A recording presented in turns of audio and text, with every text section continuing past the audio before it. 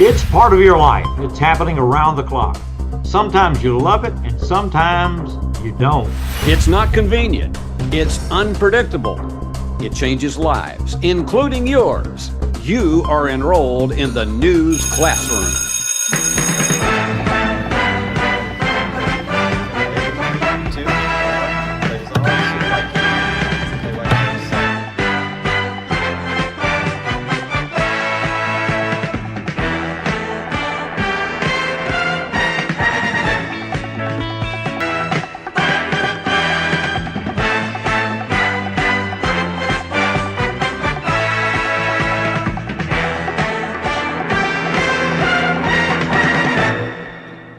Hello, I'm Steve Bowers. And I'm Steve Beverly. We've been involved in the news business for over 50 years. I hate to admit it, Steve, but we have. We've covered stories that focus on the best in the community, and sometimes we have covered stories that are disturbing, I think, for all of us. Well, that's true in any community, and both of us have encountered you in our audience. And over the years, we've discovered that you don't mind telling us what you think about the news, whether you like it or, more often than not, what you don't like about it. One thing we also found out, and that is you ask questions about journalism and how decisions are made about what is news and what is not. And that is what we hope to answer for you here on News Classroom, a concept to try to give you, the viewer at home, an opportunity to look behind the curtain and see how decisions have been made through the years, including right now today. That's how we came up with the idea for News Classroom, an opportunity to educate you at home about how news is made and why every day. And we will answer your questions. For this premiere broadcast, we're going to explore some basic questions that both of us have been asked through the years about the news business. One of those is, what is news? Steve, I actually went back and looked up the definition. You mean you found one? I found. Well, the definition is newly received or noteworthy information, especially about recent or important events. And another one said something out of the ordinary, an action or event that has public impact. That's the technical definition of news. All right, but now that you gave me the technical definition, just from experience that you and I have had every day, almost for about 50 plus years, what is it that constitutes news in any community? Well, let me answer it this way. May I give an illustration? And I did this from President Donald Trump. And that is, this year, the President of the United States wanted very much to win the Nobel Peace Prize. I think that's an accurate statement. Would you agree? I would agree. That's an accurate statement. Let me give you another lead line. The President of the United States not only wanted to win the Nobel Peace Prize, here was the lead line. If anyone in America ever deserved winning the Nobel Peace Prize, it's Donald Trump. Now, I would classify that as opinion. The networks that use that say, no, that's a fact. And countering that, anyone that supports genocide in Gaza does not deserve the Nobel Peace Prize. What makes Donald Trump think he should even come close? That to me is opinion and not fact. But in our world today, Steve, I find the lines being very much blurred. Well, the lines are blurred. Now, there are people out there in the audience that would think that they've been blurred for decades. And perhaps maybe that is so. I think one of the things that you talk about when somebody asks the question, well, what is news? You look on it like this. It's usually the unexpected. Right. It is the unpredictable. It is the life-changing, or at least in the course of any community, a community-changing type of event, a vote, an occurrence that really makes things different, whether it's good or bad. People ask the question, and we're going to explore this in more depth on some of our future shows, but people ask the question, why do you have so much bad news? Or asking it from that standpoint, like the legendary Louis Grizzard once said. A lady called him up in the newsroom in Atlanta one day and said, how come you don't have many more good news in the paper? And he said, because there ain't none. It brings up the point. It's not the thousands of people that are driving safely every day. It's the traffic crash that makes news. And the accusation is, well, that leads to a distortion. You people are highlighting the out of the ordinary, and in doing so, you lose total context on what really is going on within a community. And Steve, when just bringing up that kind of example, It's a situation that if you say encounter a traffic crash that has really critical injuries, or you have some that unfortunately they are taking lives. I know that one news director I worked for really 45 years ago, and he had, I thought, a very good answer to that from viewers who say, why do you put that stuff on the air? Because it's just depressing. And his answer to that was, he said, if we are doing anything to help educate our viewers that there are danger spots in our community, that there are places where people are going to take chances on the highway, not you, but somebody else out there, and the old driving defensively. But if we can raise those questions and then hopefully get answers from the people who are in a position to decide, well, should we have another traffic light here at this corner? Should we have more safety precautions there? Then we've done our job, even if it's discomforting for the viewer to watch. I think the challenge in the business is getting that overall context. Most people are not committing murders, right? We focus on the ones that are. That's It right. brings context to the community in the sense that that behavior is underway. And I wonder how it's not up to news really to provide total balance. I don't think it can, right? By focusing on what is unusual, you are not focusing on what is ordinary out there. And that distortion, I guess, is part of the business. It can be, and I think that that's one of the problems that we in the news business have to grapple with almost every day is, are we being fair? Have we done our job, but have we done it in a fashion that educates, instructs, and gives the viewer the more big picture Okay. of their community rather than something that comes across as aggressive, the attack dog, et cetera, like that. And I'm not sure that any community is better. Yeah, you have to ask tough questions. And that's something that is part of being a journalist. You got to ask tough questions. But the fact is, can you ask those tough questions in a fashion that don't come across as though you're coming forward with a battering ram on someone? And I don't think that makes it better for any of us. I think one of the efforts, of course, like we call B block stories or whatever in the newspaper, the features that highlight positive things that are happening within a community is part of that balance. I think the real challenge is, like I said, maintaining that balance and also realizing and helping the community realize that this is not a total context on a city. Most of the people are abiding by the law. Most people are living their lives and all those other things in what we would call a relatively normal fashion. It's when it jumps out of the ordinary that it becomes news. And that's the balancing act that's tough to do. It really is. And I think one thing as we consider our journey here on News Classroom is that in the months to come, we hope to take a look at some specific examples of how news was formed, how it was delivered on a given day, and were those stories treated in a fashion, and obviously it's going to be arguable, but were those stories treated in a fashion that helped the viewer or the reader, if you will, if we're still talking about print? And you have to talk about that because a lot of that is shifted to a digital platform. But have we reached a stage that we are giving the viewer or the listener or the reader what they need to know as opposed to what they want to hear? Now, that's a whole different question as well, Steve, when we're talking Right, about right. need to know versus want to hear. Steve, we just explored the most basic of all questions. What is news? Now, let's examine another question that many people will ask. It's similar, but it's different.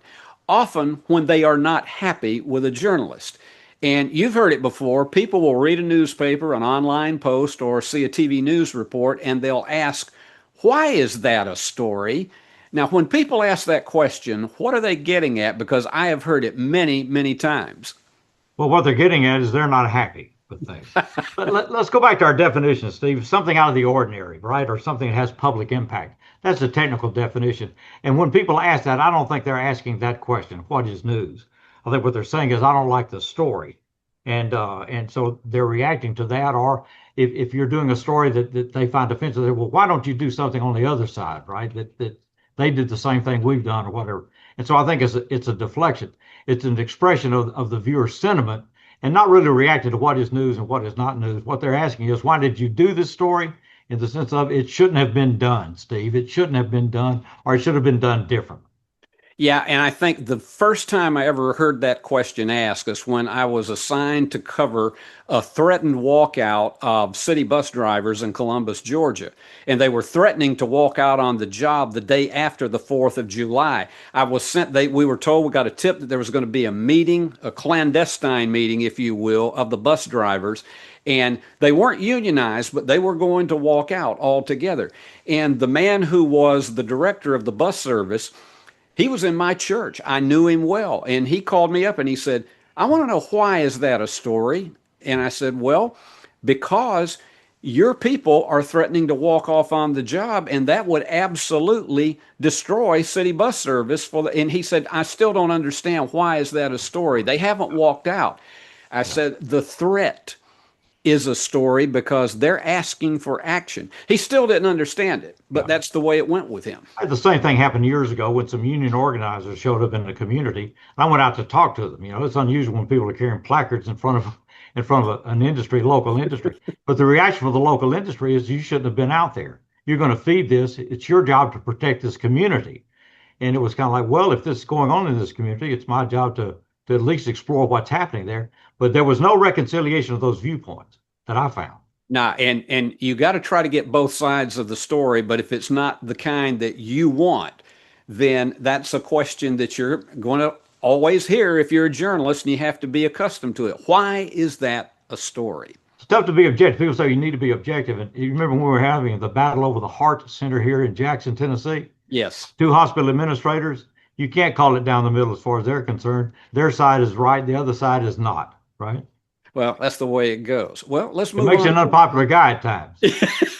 Yeah, you have to get used to that if you're a journalist, not to be popular at least every day. Yeah. Well, Steve, you're in television news for a long time, and one of the questions people ask is, who decides what goes on the 5 and 6 o'clock news, or what leads, what goes A block, what goes B block? What usually happens is that when you start the day, you have what is called a story meeting. You have a menu of things that maybe you've had press releases on, that might be something that you go to just to at least give an idea of what's going on. It might be a nonprofit. It might be, say, something where there's an organization that is trying to get their point across. So I want to call and see if that's a good story too. I just feel like that would be an interesting person to profile. The editorial meeting being held over Zoom on this day is where news reporters, anchors, and others go over the story ideas for what will eventually make the evening news. And it's also fits within our Montana Made category. But I do have a family member that is willing to speak. There is a bill, Senate Bill 203, that has a hearing in front of the Senate Agriculture Committee today. ESPN is going to be there covering it, and so he wanted to give us the shot. If it's a good news department, you have a list of stories, and particularly on what the mythical slow news day is. You have a list of stories that potentially are called enterprise stories, where you go out and you've got a set of issues in the community. Explore those issues. Maybe the possibility of a tax increase. Maybe it's because you've got road areas in the community that people are complaining about over and over, that they're dangerous or that they're creating problems for their cars. And that really gets to the heart of a lot of people, and particularly issue-oriented stories that many people would be interested in, not a small number, because if it's affecting many people, then it's affecting your community at large. So you do a story meeting, and then a lot of times what happens, you do another story meeting, say at 2:30 or 3 o'clock in the afternoon, to plan ahead for what your late news is going to look like. That's a really short answer, but you gather and you sort out and you decide, okay, depending on how many personnel I've got today, well, we'll do this. We'll send this reporter here to this one. We'll send this reporter over here to this one. You don't talk as much about photographers anymore, because in most places now it's a one-man band operation. And we'll talk about that on a future edition of News Classroom. Steve, I think the uncomfortable thing, I think, for all of us, because you try to be objective in doing the news business, but there's subjective decisions that are made every day. Somebody, the news director, somebody's going to make the call as to what goes first, how many minutes does it does it get? Just as a newspaper editor is going to have to make the same decision, right? What goes front page? Do we jump into another page, or we keep it all on the front page? Those kind of decisions are made every day. They're uncomfortable. The most glaring example I remember is when Elvis died, right? Mm-hmm. ABC treated that as the lead story and consumed what over half its newscast that evening with stories related to Elvis Presley, where CBS had it down in the latter part of the newscast. And in entertainment news tonight, by the way, Elvis died. Yeah. And there was a totally different approach to the same incident. Yeah, and CBS defended that to the death, but ABC, by going with what the country and the world was talking about, namely Elvis Presley's death, it was a situation where they had the highest ratings that night of any ABC newscast in history. And so it was somewhat of a game changer for the staid, traditional evening news broadcast. It was somewhat of a game changer because they realized that if a noted personality dies, and if they are an entertainer and they reach out, think about the fact that just in the last year, that on David Muir's ABC World News Tonight, the night Betty White died, it was a lead story on ABC World News Tonight. And that's the tough call. You're also asking a comparison with radio news. The same process happens. The staffs are much smaller. And of course, we've seen now the decline of radio news. The stations are not investing in that product anymore. Well, which leads us to another subject, right, as to what's happening with newspapers, right? Yeah, and yeah, we kind of went into a different direction on that. But let's take a moment to look at that, Steve. In looking at how things have changed with daily newspapers, and the fact that now in our community, we really don't have what you would call the traditional daily paper that somebody sat around the coffee table or around their breakfast table to read. Why does that happen? As far as the decline of newspapers? Yes. I think, of course, I guess two schools of thought, Steve. One is, look, it was inevitable. People are not reading as they did at one time. It was on the way out. My opinion is it was killed. It didn't die. It was killed. I think the investment that's involved, and somehow, if I can make a comparison, I think if you go back, let's go back to television just for a moment, because I think of William Paley and CBS News, right? There was investment made in CBS News. That was the division that did not make the money. It cost a lot to do that. But there was an investment. We're a broadcast company. It's what we do. It's what we owe to the public. I think the same thing with newspapers. I think newspaper people understood that this is an important product, essential for a community, and we're news people. What happened in the media business, in my estimation, Steve, is that companies started buying these, and they treated no different than you would a hardware store or a distribution center. It was a profit center, and they were not committed to the context or to the business itself. They were not media companies with media people. They were companies that had bought media properties. And I think that's what changed it, because the resources were not put into the product. They were looking for ways to cut corners. And in doing so, they totally dismantled the news organizations. And Steve, we saw this happen going back all the way. I think if you look at it, it really went back into the 70s and 80s, when you used to have in the bigger cities, you would have a company that would own both major newspapers, the morning paper and the afternoon paper. And that would be really what fed the news diet in most communities, even when television began to get its surge. But in the 70s, when they began to see that people were getting their evening news from television, and it was more up to date than what they would get on that afternoon paper that would come and be thrown in your front yard at 4:30 to 5 o'clock in the afternoon, it really was a situation where suddenly then the two papers were combined into one, and it became a morning edition.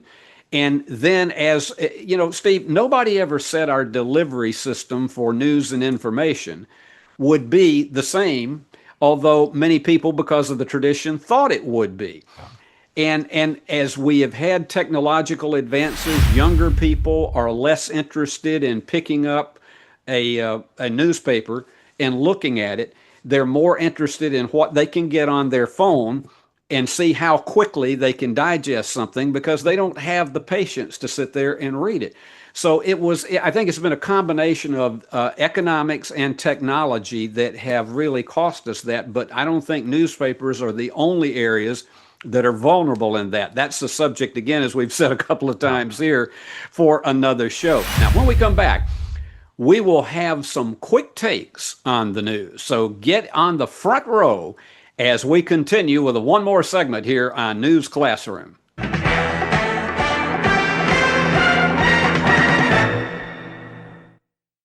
T-Rock streaming downfield. Yeah, we could have a problem. We got Donnie for T-Dot setting up cones on the field. Oh, he's got it. And he hits the ground hard. He's throwing cones and he wants them gone. We don't play in your zone. Don't play in ours. Work zones are not a game.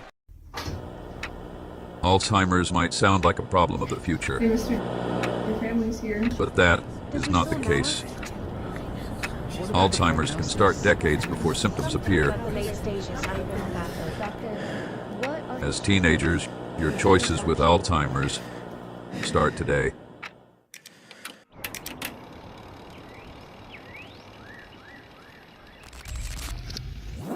Mr. James? Mr. James?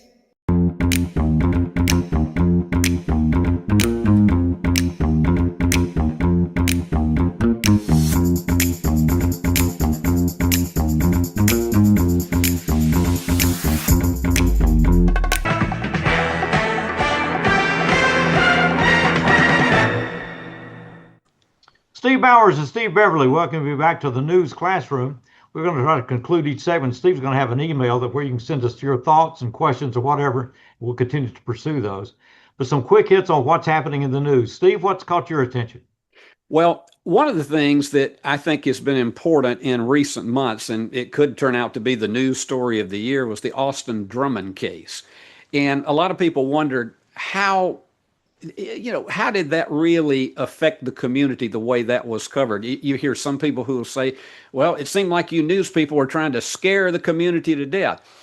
I'm going to say something. Sometimes that's what it takes, not intentionally, but here is a guy who is, at least at this point in time, and we always have to be careful to say allegedly. He has been accused. He has not been convicted. He has not been tried yet.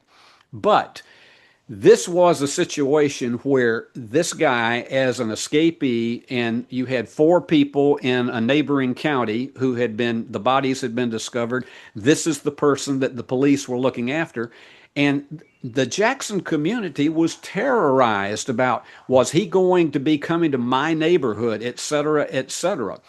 But I think one of the things that you can argue, and very successfully, is because of the heavy amount of news coverage that came not only from Jackson, but from Memphis as well. People were on their guard. And I think it ultimately led to the person who called the police and said, I think I've seen the guy, and here he is. And that's what led to the capture. So sometimes you have to do stories that, if you will, they do scare the public, but it gets your attention and it makes you be on your guard against a dangerous situation. It also revealed the fact that you have some high dollar real estate and that doesn't protect you from somebody intruding on it, right? Absolutely. That's correct. Well, now, Steve, let me turn to you. And unquestionably, journalists do become personalities in every community, and the celebrity factor does enter into our work. How do you walk the fine line between being a reporter and a, quote, local celebrity? Better question for Tom Britt, probably, or Brad Douglas, some of the television guys. It's looking back on a career, when I was in radio news in the early days of radio news, I was almost fearless. I didn't have anything to lose, right? And so you just uncovered things and you went with it, and whatever the consequences were, it didn't matter. The more you get involved in the community, the more you become a personality within that community, the more that people like you and know you, it becomes more of a challenge. You develop friendships and associations within that community, and you never know where it's going to crop up. When you start turning over rocks, you never know what's going to be there. And somebody you know or like gets accused of something that becomes a challenge. So it's a difficult balance, Steve. I think that's why you have reporters and you have anchors that are separate. Steve, what is the most difficult story that you've ever had to cover? Wow, Steve.